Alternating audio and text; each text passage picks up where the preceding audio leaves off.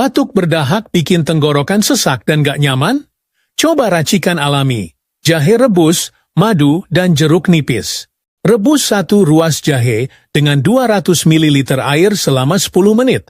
Saat hangat, tambahkan 1 sendok makan madu dan perasan setengah jeruk nipis. Jahe bantu encerkan dahak. Madu lembabkan tenggorokan.